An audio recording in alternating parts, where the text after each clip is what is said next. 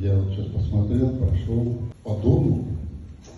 Это именины сердца. Просто здорово.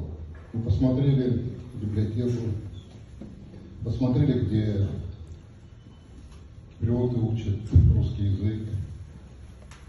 Мы посмотрели, как красиво все оформлено.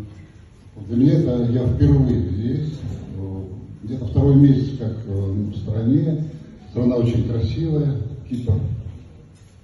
Такое место, которое влюбляет в себя сразу. Вот если ты один раз здесь побывал, то обязательно сюда хочется вернуться. И красота, конечно, прежде всего это в людях. И каждый человек это, конечно, целый мир.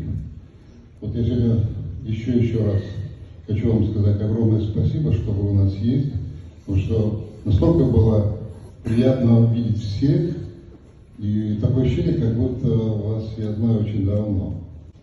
И хочу подчеркнуть, что много стран есть в мире, но есть такая страна, как Россия, это самая красивая, где-то порой очень жертвенная страна, Богом любимая, Богом хранимая страна.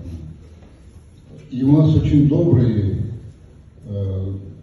отношения, духовные, культурные, по сути дела, с одной такой духовной колыбели и народы Кипра, точнее Кипра и Россия, и в этом убеждаюсь я каждый раз. Я хочу сказать, пользуясь возможностью, вот за такую очень красивую атмосферу, огромное спасибо, Елена Федоровна, вам, Вячеслав Адамович, я знаю, что вы очень много сделали. Я как-то о вас знал очень много по Санкт-Петербургу, и когда меня назвали здесь вашу фамилию, я говорю, так он из Санкт-Петербурга, а он говорит, мне говорят, нет, он с Кипра. То есть за вас борется народ, это редко бывает такое. Знаете, для нас с вами всегда будет важным, главное, это русский мир, русский язык, русская мечта. И сколько будет существовать мир, Россия всегда будет инновационной и конкурентоспособной, и страна, из которой будет считаться во всем мире. Сейчас время непростое.